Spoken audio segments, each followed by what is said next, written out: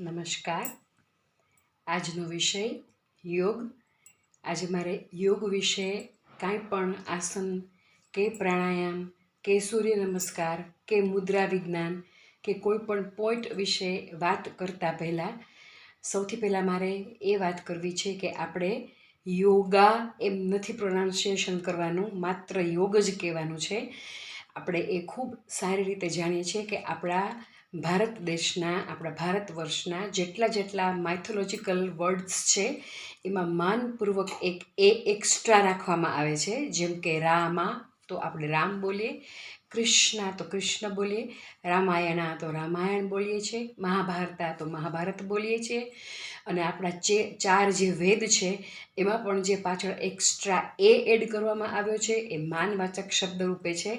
તો આપણે આજથી એક તો મનમાં ગાંઠ ચોક્કસ બાંધી લઈએ કે હું યોગા કરું છું કે હું યોગા કરવા જાઉં છું એવું નહીં બોલીએ, પણ હું યોગ કરું છું અને હું યોગ કરવા જાઉં છું એ જ બોલશું.